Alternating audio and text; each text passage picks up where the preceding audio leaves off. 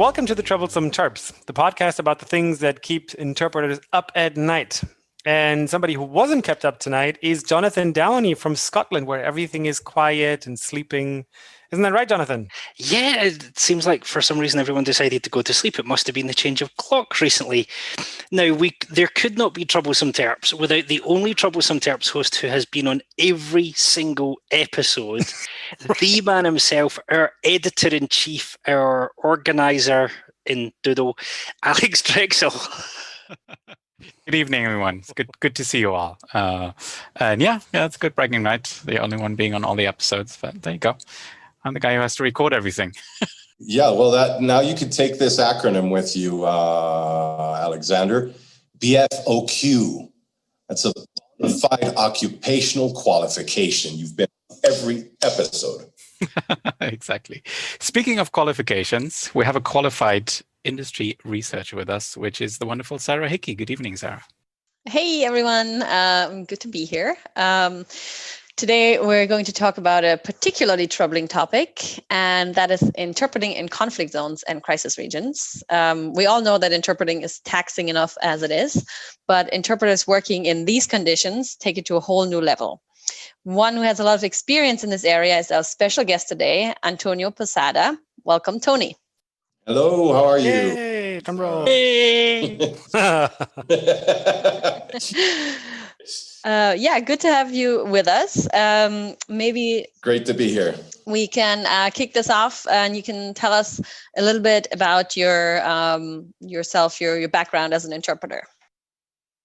Well, you could call me the reluctant interpreter because it's always been a question of somebody noticing the gift and me saying, yeah, whatever, I'll get to it.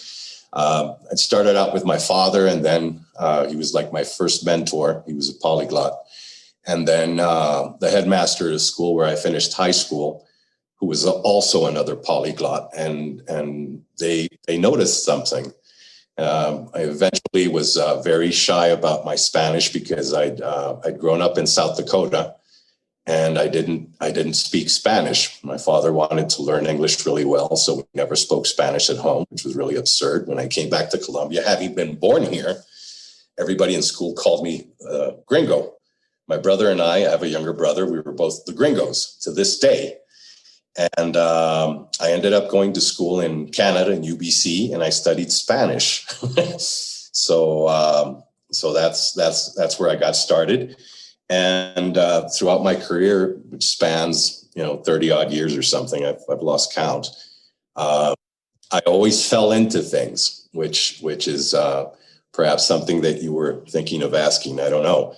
How did I get into this? And I would fall into things. When I first got into school, it was an all boys school, and that was a new thing for me because I'd never gone to an all boys school.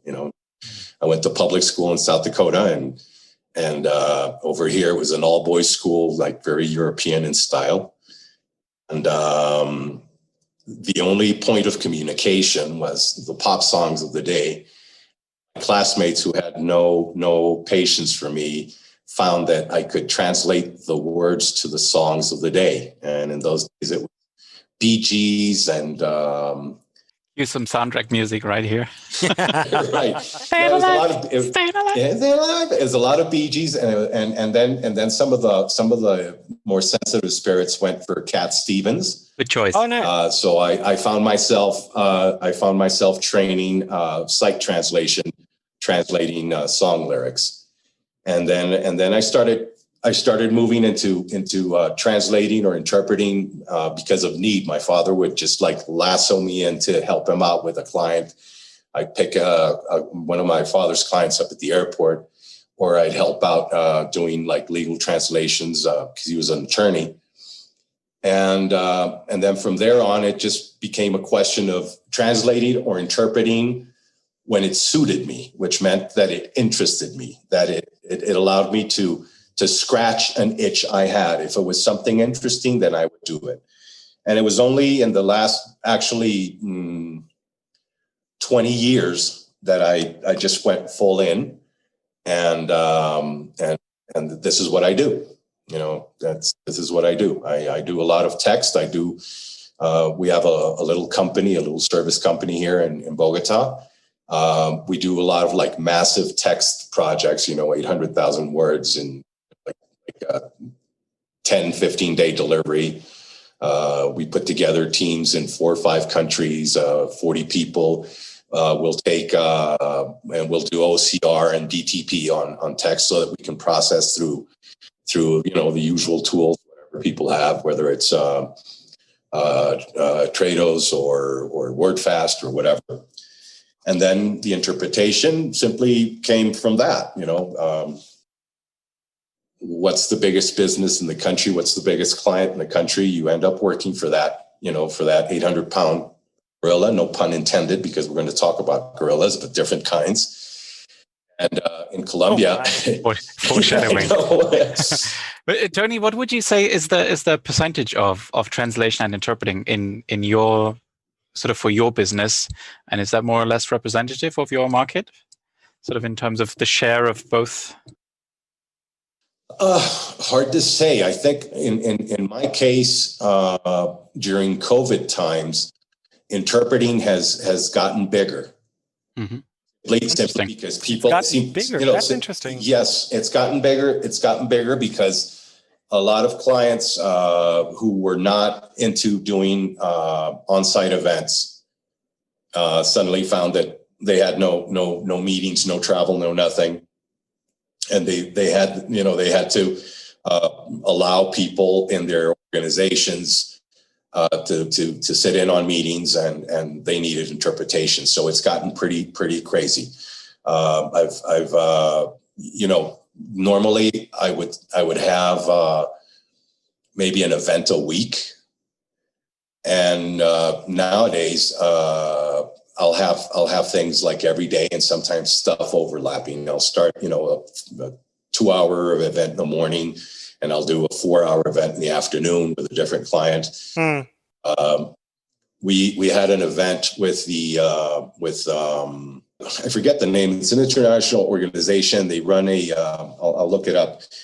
They run an event on intellectual property, and Colombia was hosting this year, and they were going to host it in a really nice city in the Caribbean, Cartagena, and they had to cancel, and they canceled twice. And we finally said, it's too important. We need to do this event. So they did it remotely. It was a 5-day event with Portuguese, Spanish, and English, and people from all over the world, of course. So that was pretty brutal, because that week I also had 3 other events. So I couldn't be in all places at the same time. So we had to get in, put together a team of like 9 people, and we would rotate depending on expertise or whatever. But it's been really crazy. I've been very surprised by how massive it's become. And since I do a lot of tech, that's one of the things I've always been very inclined. On my private side, I'm inclined towards like literature, history. I like a lot of economics. But on my like more client side, I've always been involved in tech. I started out in medicine, but I didn't really like doctors that much in the environment in medical conferences. Yeah, no, for real. And I ended up going to tech because, tech in general, it could have been, I worked for Procter & Gamble in their plants, when they're installing new equipment with all the oil companies in Colombia. I think very few that I haven't worked with. And then with computer companies and with that kind of technology, computer technology, which and those two strands are the ones that have put me in harm's way in certain moments. Talk about foreshadowing. Yeah. So I mean, you've already alluded pretty much to it. So how exactly did you end up working in these like dangerous? I don't know if you would call it conflict zones or crisis regions, but like in these more dangerous environments, is it due to some of those clients or just the market that you're based in? Is, if you're going out into the field, working with the clients, is it already more dangerous than, I don't know, for example, in Europe, do you think? So what would you say?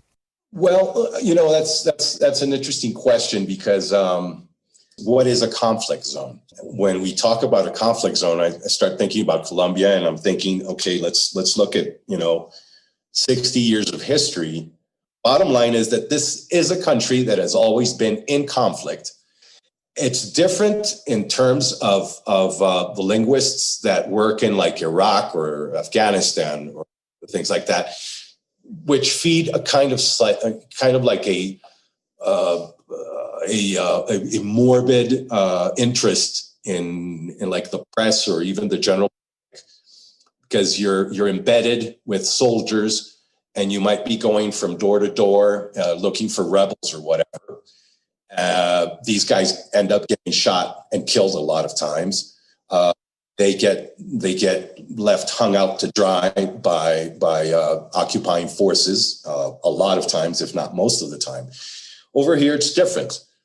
Over here, you tend to fall into it because you're lulled into a false sense of security because you're living in a city like Bogota. Bogota's got maybe 9 million people. It's a modern city. You've got internet, you've got, good restaurants, whatever. But you might find that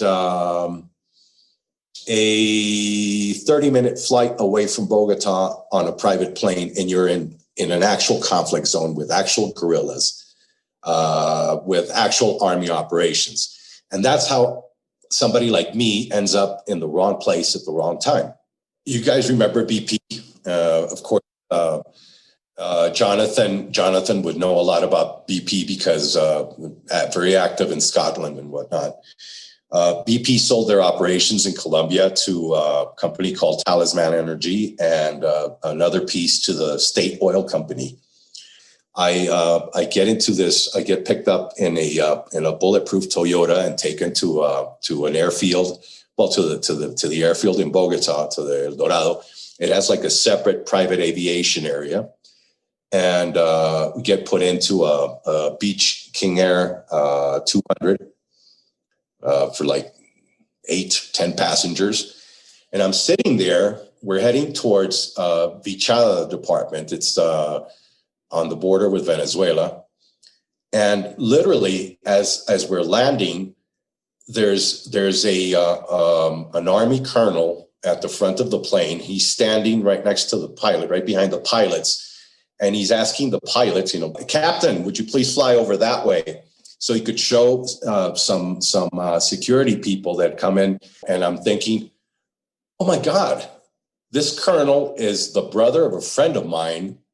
He's the son of a very famous general that was well known for being, out there in the field going after the guerrillas. And then I realized that I had been interpreting in a meeting that had been led by that same colonel about 30 days prior, when 23 contractors had been kidnapped in the area we were about to land in. Well, that's just fantastic. So they kidnapped 23 people. That they were doing seismic. There were a couple of engineers, and they were let go or rescued or whatever. I don't remember what happened there. But imagine landing in this remote airfield and realizing that this is the place where it happened. And why the hell am I here? And why didn't I realize that this is what I was getting myself into? So we land, we get out of the plane, and immediately you notice that something's amiss because there's a 3-meter berm around the whole landing strip. And there's a machine gun turret on every corner. And there's soldiers all over the place. And we go into one of the Quonset huts for a briefing, and there's an army major with his long gun, whatever, an AR-15, whatever the hell they use. And he's sitting in a little bench, and he's talking about subversive activities in the area. And there's a guerrilla operating in that area called, at the time, Negro Acacio. And the major helpfully informs us that the guy has 400 men under arms in the vicinity, but they've managed to chase him south. And as he's doing the briefing, the shots start to ring and everybody hits the deck. It's not like in the movie where they say, hit the ground, they're shooting. No, you hear shots, you go to the ground. Boom, boom, boom, boom, boom. And we're there on the ground for the longest time and waiting for the all clear. And finally, we get a sort of all clear where we say, okay, we've chased them away, but you guys are going to have to leave. So that was our first experience. That was my first experience under gunfire. I'd had other experiences again with oil companies. Wait, Tony, let me just jump in here. I have so many questions. I have like a lot of questions. Shoot away, no pun intended. Shoot, right? So at any point, did James Bond show up? Because this sounds like straight out of a movie. No, I mean, the SAS and the Australian Special Forces guy and the Colombian colonel were all the James Bondy looking people you need. Jesus. I mean, they sinewy arms, ripped, short hair, muscular, totally unfazed. The thing that freaked me out is that I'm tall, and we were in a small place, about 12 men. The SAS guy and the Australian Special Forces guys were tall, but they managed to hit the deck faster than me. Of course, I couldn't lower my right knee, and when we got up, some guy there that was with the oil company said, "Man, you're lucky." And I said, "Why?" He says, "Because a guy as tall as you about 3 weeks ago was in the same position, and a bullet came through and hit him in the knee." I said, "You got to be kidding me." I kid you not. What the hell? I did manage to record something on my cell phone because I said, this is literally a moment when I could die. So I'm going to record something on my cell phone, just film something around here, take a couple of pictures and say, we're under fire and we're going to wait and see what happens. So before you went on this private plane, before any of that happened, how much did you know what you were headed into? Like, did they tell you, okay, today we're going to be talking about this sort of topic? Like, did you know anything at all, or was it just like, okay, meet us here, we'll put a bag over your head and off we go? Zero. If I had been more alert, I was lulled because I was working with a group of people that were super fun, and we'd had a great day doing like office interpretation, talking to people and whatnot. We'd had a great lunch. Everybody was laughing. We were having a great time. At the end of the day, before the day of the flight, somebody came up to me and said, "Would you please sit at that desk? And we want you to sign this." And it was, yeah, there you go. Be careful what you sign when you go interpreting. Oh, yes. It was a waiver. If anything happens, we don't know you. Life, liberty, and limb. Life, liberty, and limb. You are undertaking this at your own risk. But as the story goes, I was young but I wasn't young. I actually wasn't young at the time. I guess I was checking my notes here to see when this took place. That event was in 2008, which was an eventful year because of a lot of things that happened with guerrillas, paramilitaries, and drug traffickers. So I just signed the thing and I went. And then I came back and I kept quiet about it. I went to have dinner with some friends, and a friend of mine, we went out for a smoke, and he says, "You look kind of strange today. You're kind of quiet." And I said, "This is what happened." And he said, "Well, don't tell your wife." but there's well, she'll find out about it now. The cat's out of the bag. No, she knows. There's a coda to the story because I was asked to go with them on another trip to southern Colombia, to Putumayo department the next day. And I said, "Guys, I can't, I'm busy that day." And I was. I'm busy not dying. What? No, but listen, what happened was that they went to Putumayo, and a guerrilla group, a little guerrilla unit kidnapped a couple of Chinese engineers and their interpreter. Oh my God. What the heck? Yeah. Just because, you're in a city, you go out to the airport, you go out to the thing that's happened with Colombia's conflict is that it's not inside the cities for the most part. There have been moments when they'll set off a bomb somewhere, but it's not in the cities exactly. So people think, they're not shooting in my direction, it's fine. But so I wanted to qualify what we mean by a conflict zone. This is a place that has been in conflict. It's a different conflict, but there's still shooting going on, and there's still people getting hurt because of the conflict. And I think that what's happened to me is that I've tended to see the aftermath. Right. That sounds pretty conflicty to me. Yeah. So how do you prepare yourself? Like, well, I guess you don't really prepare yourself. What do you do after the fact with, how do you like decompress? Because I mean, you've done it again since then. So it seems that you've kind of processed through it. So how do you go about that? I do it through music. I do it through cooking. Sometimes when it's really bad, I'll just keep quiet. My wife knows well enough. Just give me space. I just need to sit down and decompress. I think the difficult thing is if you know from the get-go that you're going into an actual, shooting war, that's a different kind of preparation. In my case, I would get like a call from UNDP. They were going to visit a certain part of Colombia from the coast, the Caribbean coast, into like a place called Sincelejo. It's a city in a like a flat plain. They do a lot of livestock, cattle ranching. But it's been a very conflictive area. A friend of mine used to say that was Colombia's Ho Chi Minh Trail.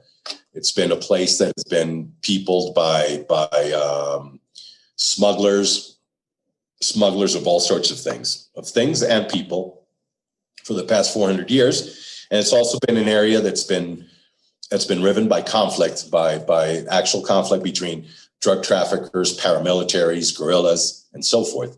In those cases, it's much more difficult because what will happen is that you'll come into a place like a town called Carmen de Bolívar.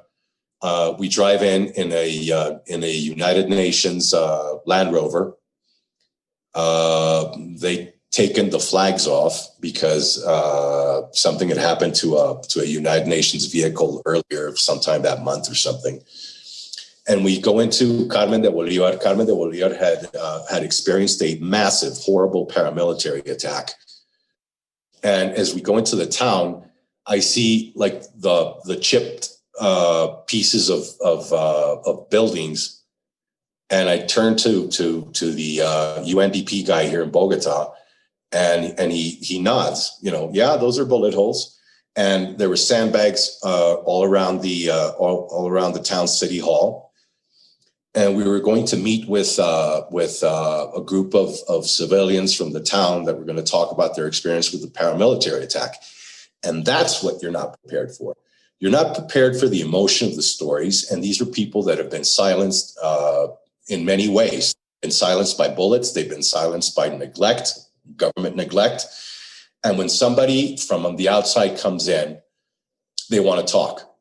And the stuff they talk about is just absolutely horrifying. And it's very difficult to decompress from that. Hence, when I saw Sarah's post and talking about vicarious trauma, that holy crap, that's exactly what I've been feeling. When you hear these stories and you have to convey that, it can be extraordinarily difficult. On that particular trip, we ended up in a town that is in the far west of Bogota, far west corner of Bogota.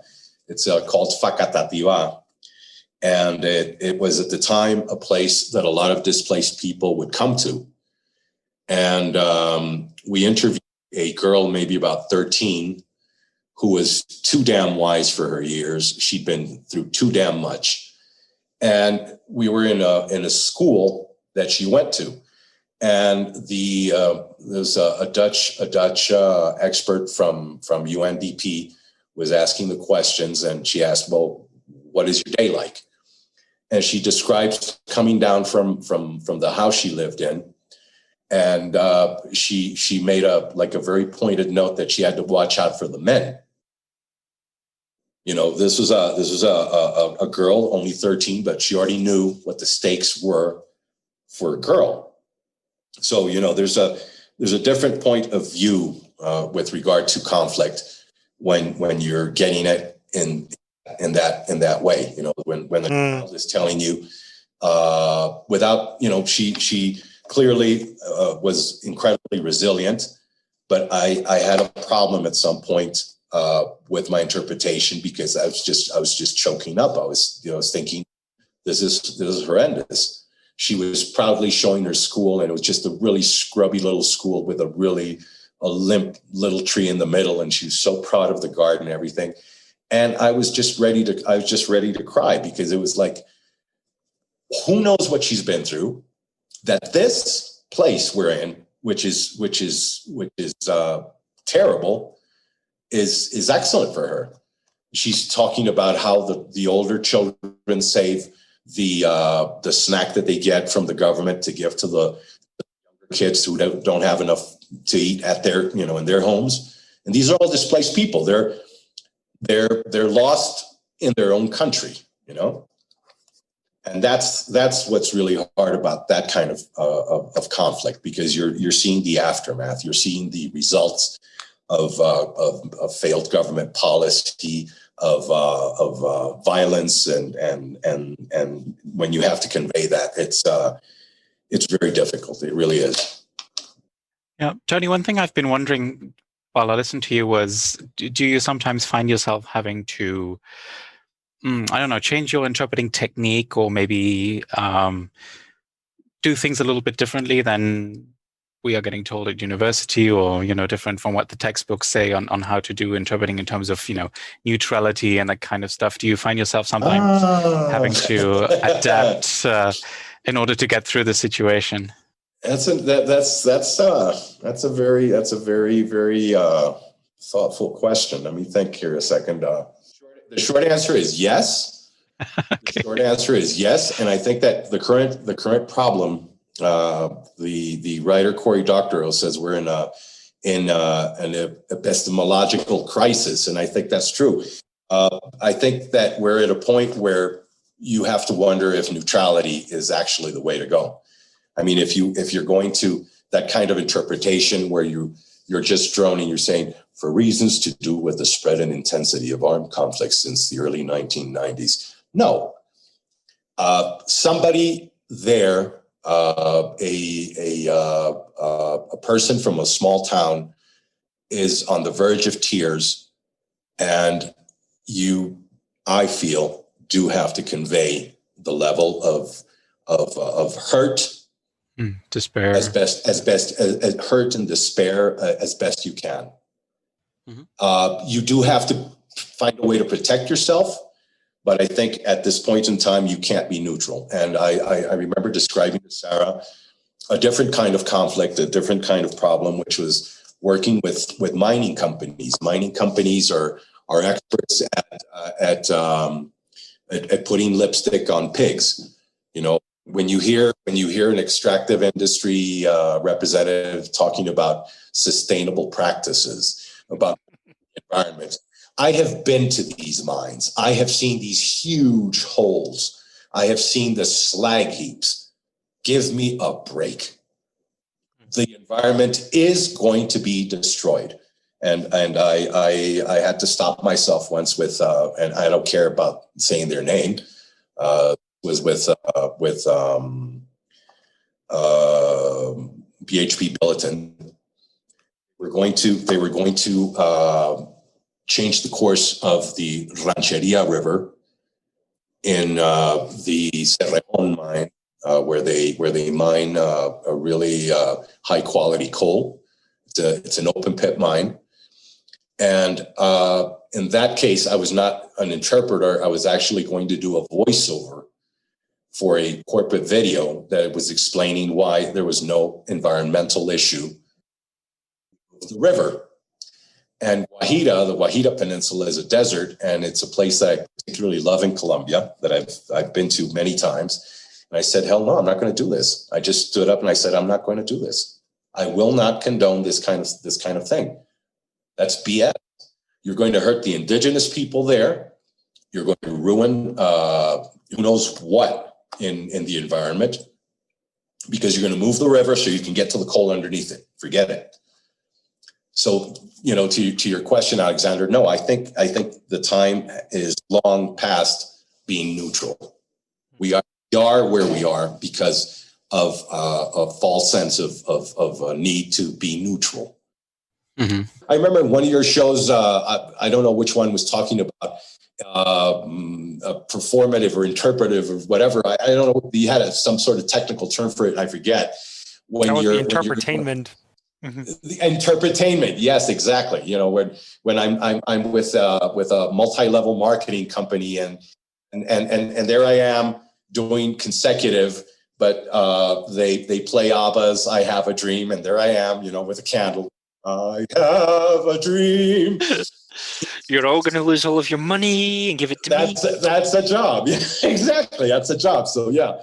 No, I think you that's why I always go back to my favorite word, no. You do have to stop and say, okay, I have to stop and listen and ask a lot of questions. What is this? Where is it? What is it for? Who does it benefit? Because as I told Sarah the first time we talked, I think what's concerned me the most about all these things relating to conflict and to the aftermath of conflict is that you can find yourself as an interpreter very easily in a position of being the facilitator, the enabler for things that will haunt you, for sure. I remember that from when we talked. I thought that was an excellent point because, of course, we're always told, that neutrality is important, and technically we're just the ones relaying what other people are doing. But of course, there comes a point in extreme situations like the ones you were in, where it goes beyond that, and the interpreter is no longer just neutral. Like like you said, you become a facilitator, and then you have to make a personal choice there.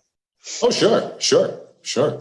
I mean, there's a couple of things going on in my head. One, I've written quite a lot on neutrality, so I'm going to park that because I could do a long rant on why neutrality sucks. But the question that I was going to ask Tony is, it's almost certain that you're not the only interpreter in Colombia going into these environments. Do you ever talk to other interpreters with similar experiences? Is there any sort of association or grouping or training that you do together to help each other, because no one else can quite understand what it's like to interpret there? Okay, 2 stories to answer your question, and it's a great question.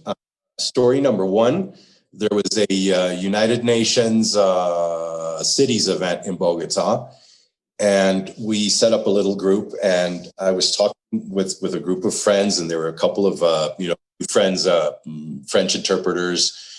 And we were talking about some of the stuff that we just heard some of these politicians say. And we were all in like very, very vehement disagreement.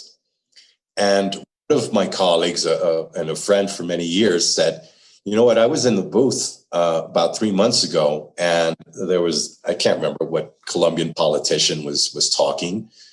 And he started saying something, and she said from the booth, he's lying. He's lying. What he's saying is not true.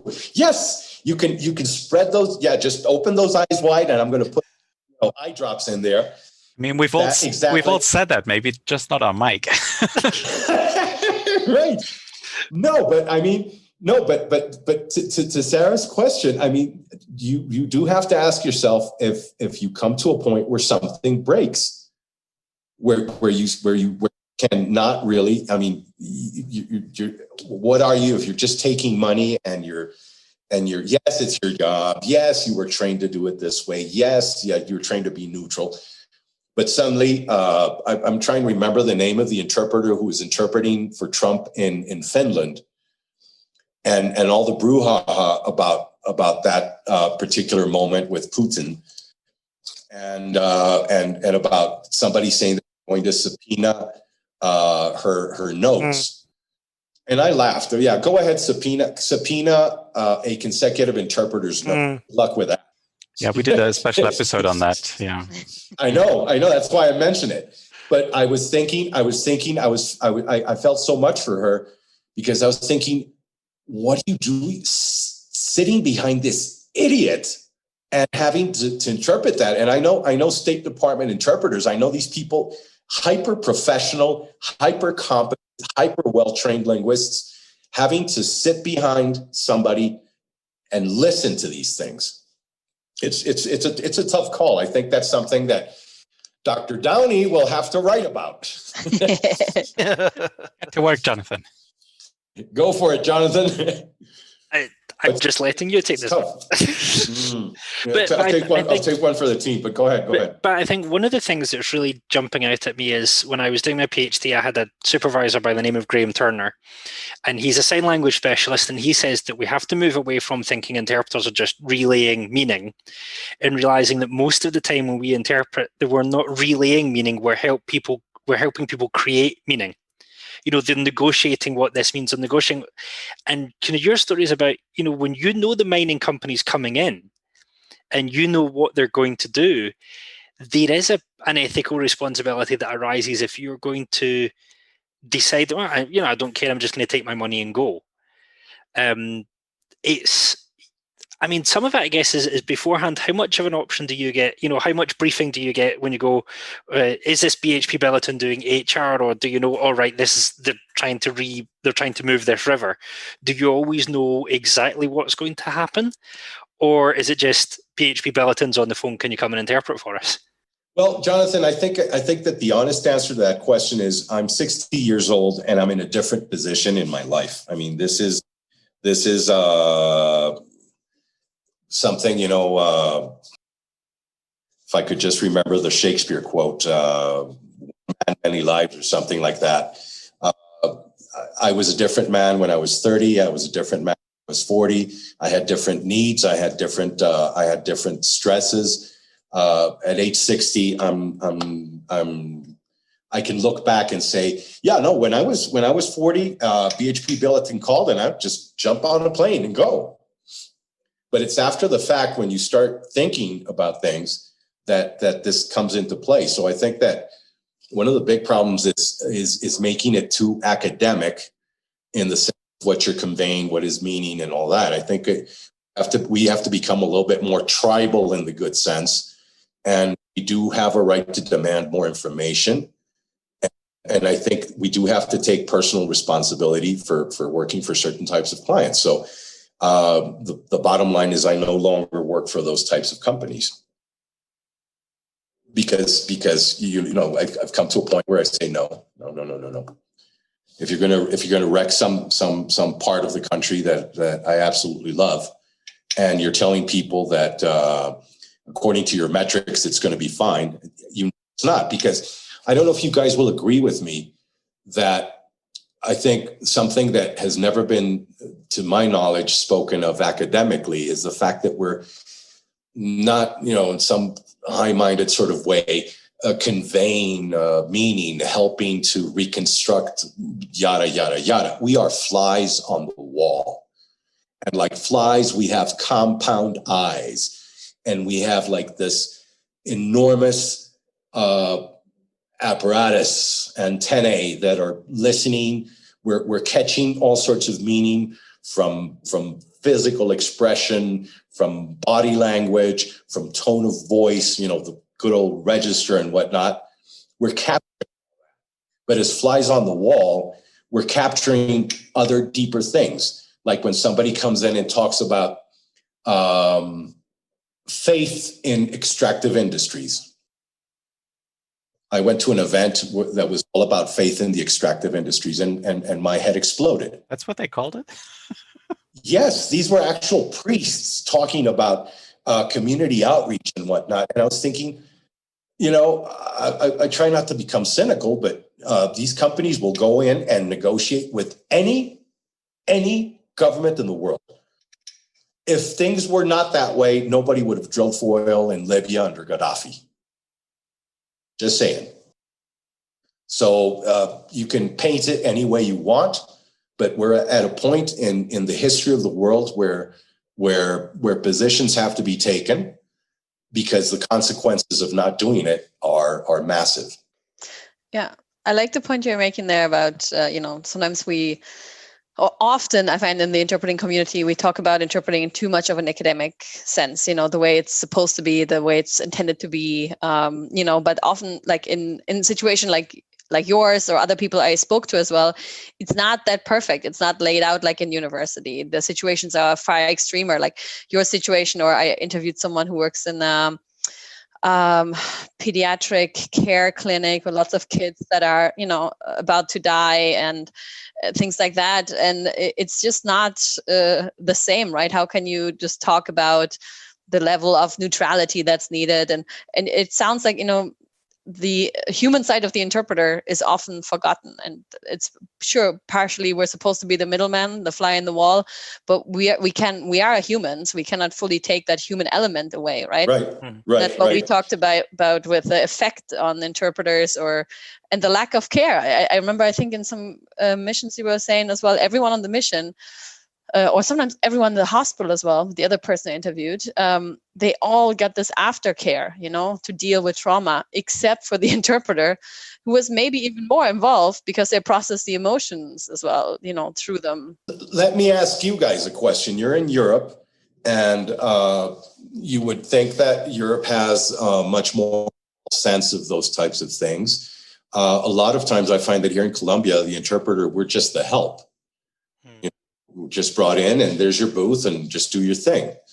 I don't know if it's the same way in Europe, and that would explain why nobody cares what happens with you after the fact.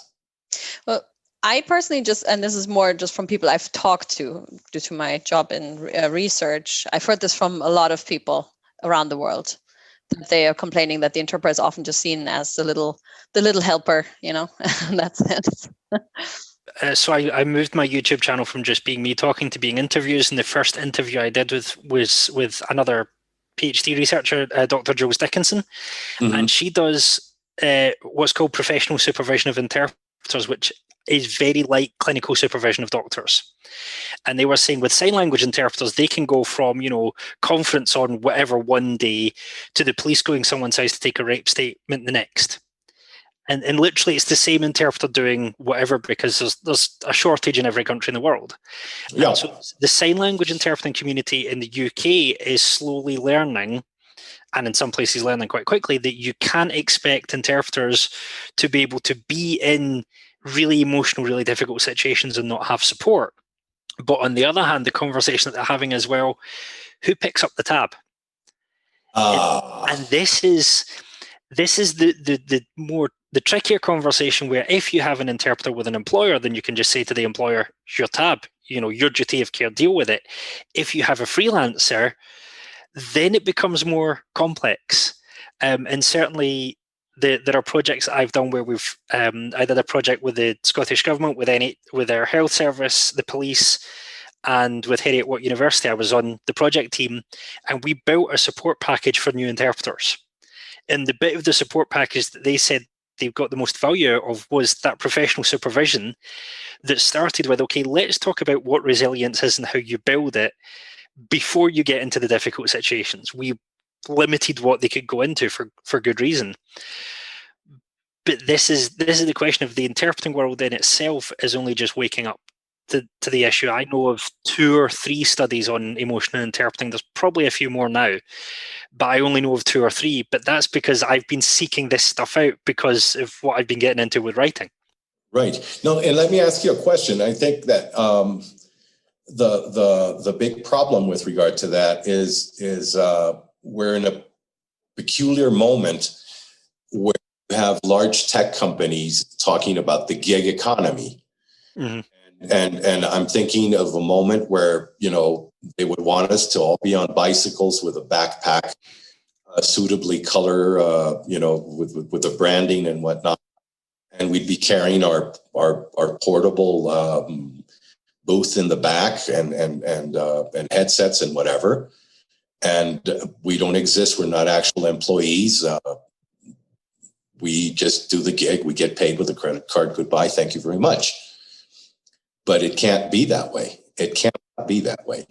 And with RSI, the way it's going right now, I think we're going to have, I don't know if you're familiar with the Jeffrey Toobin incident in the United States. He's a writer, and he exposed himself on a Zoom meeting. I think we're all at a breaking point. We're all at a breaking point, and we have not stopped to think what happens when you're dealing with these types of things and you're in your own home, and there's this clash of home and work at the same time. What about remote interpreting when you're in your home and your home life isn't perfect? What happens if there's conflict in the neighbors, with the neighbors, if somebody's yelling, if there's street protests going on? 4 days ago, I was getting ready for a session, and there was some sort of protest or something in the front of my office, and I couldn't hear. So there's this to contend with, and there's, of course, no concern on the client side with regard to that. It's like, you give me the service I'm paying for, period. This comes back to something that we mentioned earlier when I helped draft the ITI position paper on remote interpreting. There's actually a note here saying that we need internationally accepted standards for remote interpreting, not just the technical stuff that we're used to, but the psychological support, the equipment, the briefing. I think we're coming to a place in interpreting where we're realizing almost too slowly that interpreters are human beings. Yeah. And that's... Yeah, big reveal. I could give you the history lesson as to why it's taken so long, because I've written as to why it's taken so long. But this is where we are. And so because we're here, this is where we need to start living. Right. No, it's there's other things. I think that the other interesting thing about the being, the flies on the wall, is that you're collecting information from a wide variety of sources. And let me give you a little example. In 2008, I was working with the U.S. Department of State. I was outside of the building where we were doing the training with a buddy of mine. We were outside having a smoke. So a starlifter is landing, and Tom, my friend, turns to me and says, "A lot of starlifters come to Bogota?" And I said, "No." And we went to play golf that weekend on Sunday, and I was waiting for my U.S. friends that I'd invited to play. I was waiting for them, and I was watching television. This guy comes in, and he says, change the channel. And I was watching something. So a waiter said, "Do you mind?" I said, "No, of course not."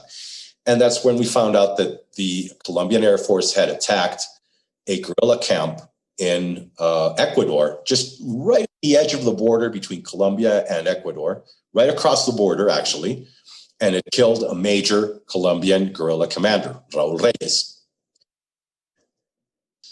Anyway, that ended up with people from Interpol coming to Colombia, and the computers getting taken by Interpol for very careful forensic analysis. And then Ron Noble, the director of Interpol at the time, who's based in Lyon, came to Colombia to deliver Interpol's report on the computers. And I was the interpreter in the booth. You can actually find it on YouTube. There's recordings of that. And it was totally crazy, because at the same time, Ecuador is threatening to close relations with Colombia. Venezuela was doing the same thing. And then maybe 2 weeks later, I'm in a free trade agreement interpreting, and Venezuela decides to leave the Andean community, which were negotiating a free trade agreement with the European Union. So again, to what is conflict? It's there at all times. And to Jonathan's point, nothing prepares you mentally from seeing the actual computers that were collected in a raid, and seeing the kind of horrible person this guerrilla was. He was terrible. He was a terrible, terrible person. To 2 weeks later in a free trade agreement, and then having the group from Ecuador all stand up at the same time and leave the session. It does things to your head. It really does. If the interpreting community could, if the interpreting community as a whole, or the interpreting community in the West, could do one thing for interpreters in those kind of zones, what would you want us to do collectively? Well, I think a good start would be to ensure that the interpreters are afforded the same protections that the experts or the people that are actually going to be taken into the zone are afforded. I've been in situations where the bigwig gets picked up in an armored vehicle, and the interpreter arrives however he or she may to the site. So I think that would be one thing, and silly little things like considering that if you have interpreters that they actually also need to eat, because you'll be in an event and it can be a challenging event, and it's lunchtime. We'll say, okay, see you at 1. And I've been in places that are like in the middle of nowhere, and you say, well, okay, where is lunch? Reminds me of my Russian interpreting teacher, and she always recommended we bring some rice crackers wherever we go, just in case. Well, I mean, Alexander, yes, but as a joke, yeah, that's true. I think she was being serious, actually, but no, yes. No, but I mean, it has a certain humorous tinge to it, but I think that if you fix the problem for them, you're not fixing the problem, if you know what I mean. So to the question, what would I suggest? That you get the same conditions, that you sleep in the same hotel. Because over here you'll have the person paying will say, well, we're going to stay at the JW Marriott, and we're not going to pay for your hotel. Yeah. That's where the word no comes in. I'll say, no, I'm sorry, I'm not going. Or pay for the hotel and then send us the bill. No, you pay for the hotel, you pay for the plane tickets, you put me on the same plane, on the same flight at the same time. Otherwise, I can't do my job. I can't be your interpreter and have to deal with all these background logistics and do a good job.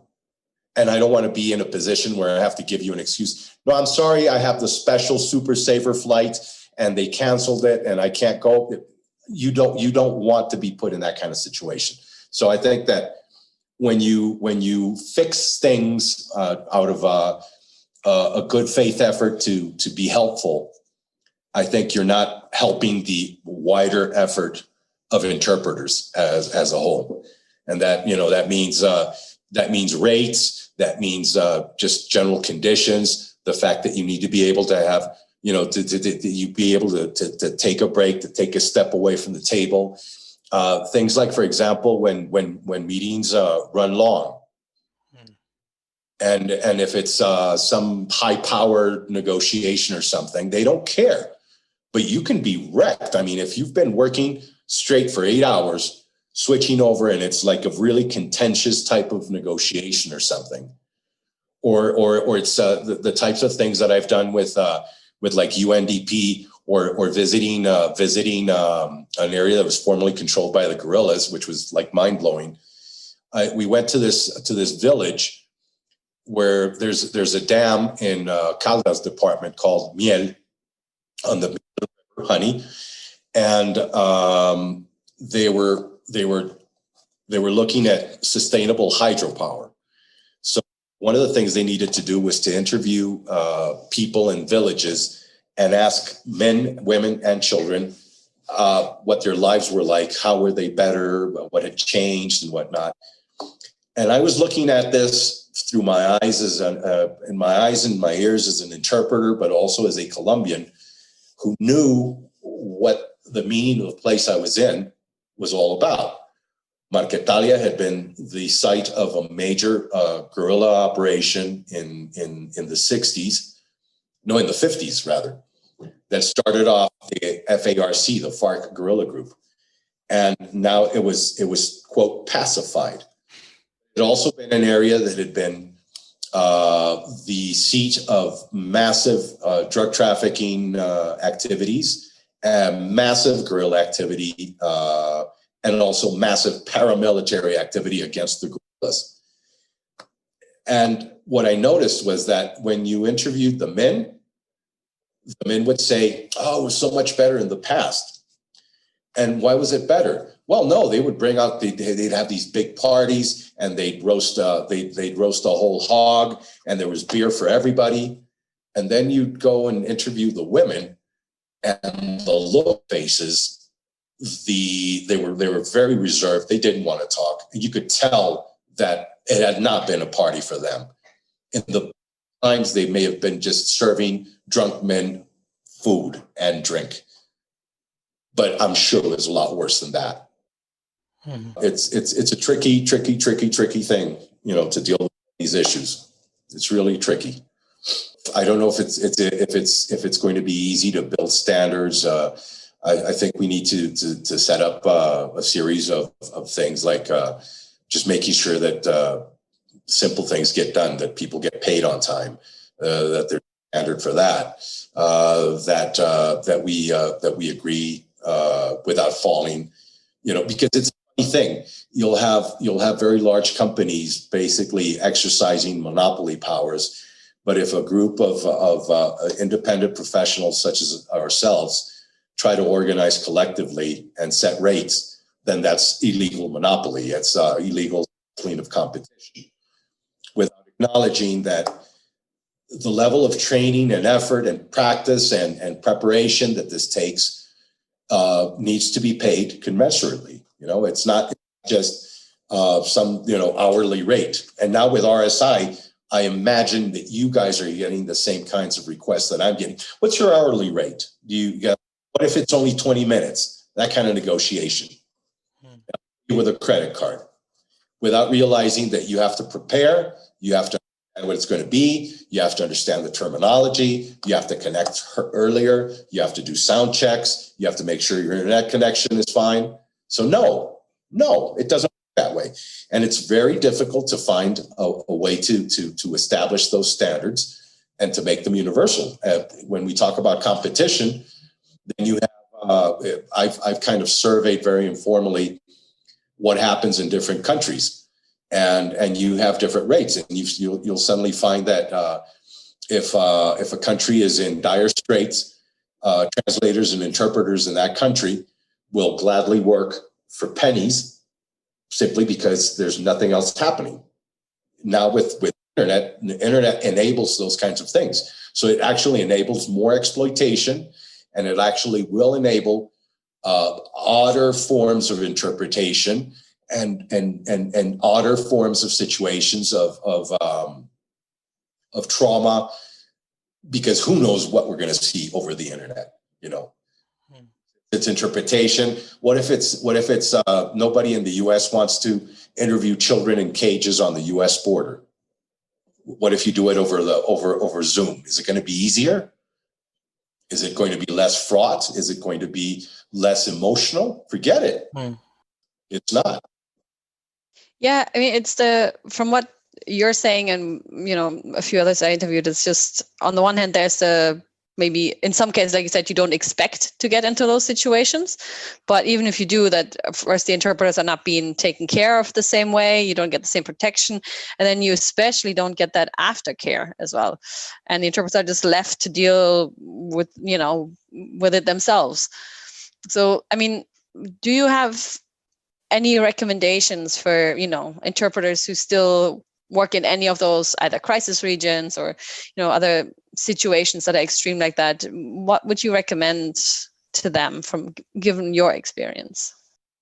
I would recommend a couple of things. I think that if you really think that if the position you take is that it's important work, and it certainly is important work, if you take the position that it's the work I want to do, yeah, sure, you want to do it. If you take the position that you are competent to do the work, fine. I would say you would have to prepare like a freelance diver. You would have to have that level of concentration, of preparation. I'd say if this is what you're going to do yoga, meditate, and don't ignore the effect of this. Process the effect, but also find a way to quiet your mind.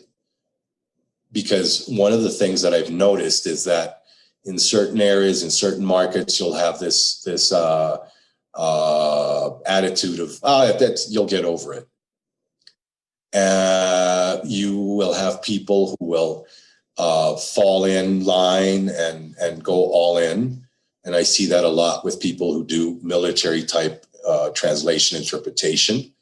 They become one of the dudes that go out on these operations, and they learn how to shoot the guns, and it turns into like this big joke, but it's not a joke. So there's no easy answers to that. I would say if you're going to approach it in good faith, meditate, be very mindful of what you're doing, of the consequences of what you're doing. Keep yourself separate from the client in the sense that you're called upon to interpret for a period of time. You do not have to, you do not want to become the client. You want to become the person that is adjusting the sight on a sniper scope because you translated a manual on sniper rifles. And I think that's the tricky part, because there are a lot of insidious ways of bringing you in, especially if you're good, more opportunities, longer term contracts. And it's something that you have to watch out for, because you find yourself in really nasty situations doing something you literally did not sign on for, but here you are. It takes a lot of foresight and a lot of mindfulness to not fall into that kind of thing. And especially, again, in cases like Colombia, where you have if there's like this simmering conflict and there's foreign military advisors, things can change, and then suddenly there's this big opportunity. There's these conferences, there's meetings, there's trips. And if you're young, especially if you're young, it seems exciting. It's work and it's exciting. And I've spoken to colleagues that get the frisson of being in danger, being in possession of privileged information. And I would say don't fall for that. Yep. That's an amazing place to end what I think has probably been one of our deepest, most emotional episodes. We need to end on a high note. Exactly. We need to get the very quiet Herr Drechsel to. I think it's just very different. Well, certainly, and I can only speak for myself, but it's certainly very different from my line of work. I mean, we both do interpreting, but it's just so far away from what I do, basically. You're mostly what, like European Union, that kind of work? Yeah, it's like institutional work. I mean, I've done that kind of work as well, but don't you find that sometimes you sit there and you start to project the consequences of what's being discussed, and you're thinking, oh my God, this or that is going to happen, or some sort of polluting industry is going to be allowed to operate, or movement across borders will be curtailed. It seems very academic, but we are actually, and I say this to those who also do text translation, we are the great enablers of the world. We are the ones who are converting words into actual public policy. And I don't think I think we need to do more things like this. We need to be able to discuss among ourselves what happens. It seems boring. You're there in the booth and they're talking, and the familiarity is droning on and on and on, but there are consequences. That actually reminds me of a paper I'm writing at the moment. I'll be quoting you in that, but it reminds me, just to finish off, that I've only gotten near vicarious trauma twice in my entire career. And the most recent one was for a large church grouping where they were talking about their church's international migration policy. And they had people from senior leaders from all around the world. And they felt very strongly that they shouldn't be deciding how their church was going to help until they'd heard the stories from on the ground. So I interpreted a leader from an African country who was talking about the effect of his country of successive diseases and then war and then more diseases. And as he tells what he called the censored versions, and I'm working in short consecutive in front of all of these leaders, usually, everyone knows an interpreting shift's 20, 30 minutes. He only spoke for 10 minutes. I sat down for my booth mate and said, can you take the next shift? She said, you've still got 10 minutes to go. I said, no, I don't. I don't have 10 minutes to go. And I knew after 10 minutes, I was, and you keep working until the end of the shift. And then I got to the end of the shift. And thankfully, I know someone who trains mental health nurses. And I sent her a message and said, this is what I'm feeling. What do I do next? And I had two people. I had my wife and I had this specialist in mental health nursing that I didn't have to tell them what I'd interpreted, but I just said, this is where I am. What do I do now? And I think every interpreter needs someone that they can send a message to say, this is what I'm feeling. If you can even put a word on it, what do I do now?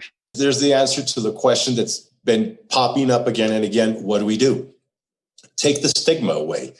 I think what happened through NIMSY was important because I started talking to colleagues and everybody poo-pooed it. No, it's not a thing. It's not a thing until it is.